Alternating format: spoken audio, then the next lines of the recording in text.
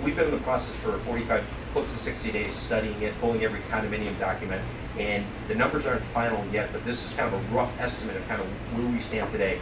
And here's how we're defining Fort Lauderdale, downtown Fort Lauderdale and the beaches. We're defining it effectively, call it Northwest 4th and 7th, for convenience sake, call it Andrews Avenue. There's only a couple buildings that are west of Andrews.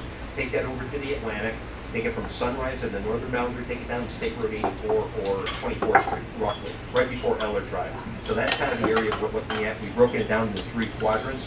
We have north of the New River, we have south of the New River, and then we have everything that's on the Barrier Island. And really what our data is showing us right now today, there's 175 condominiums that exist with at least 15 units or more in this this stretch, roughly about 12,800 units. Now what's interesting is there's been about a 66% increase in overall inventory in the last 7 years. So in Dade County you saw about a 300% increase. You go over to Sunny Isles, you would have saw probably about an 80 to 90% increase. South Beach probably would have had about a 40% increase. And what we're seeing in downtown Fort Lauderdale Beach is roughly about 66%.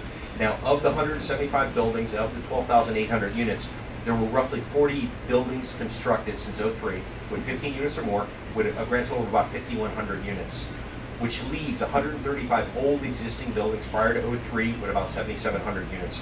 Now what's interesting, unlike downtown Miami where there's 30% remaining inventory still in developers' hands, South Beach, 25% remaining inventory still in developers' hands, Sunny Isles, 22% developer inventory still available. There's only 7% available in downtown Fort Lauderdale and the beaches. Astonishing number, astonishing number. So the question is then, well, why is there so little remaining? I would make an argument that the pricing is probably a little bit more competitive. It's probably more of an end user market. I'm not to say you didn't have speculators here. We're still in the early stages of looking at this, but you didn't have the speculators to the same extent. I don't think you had the same type of we don't have to close, we're going to retrade the contract ultimately before we go to closing. But ultimately, most of the people in Fort Lauderdale and the beaches have all closed.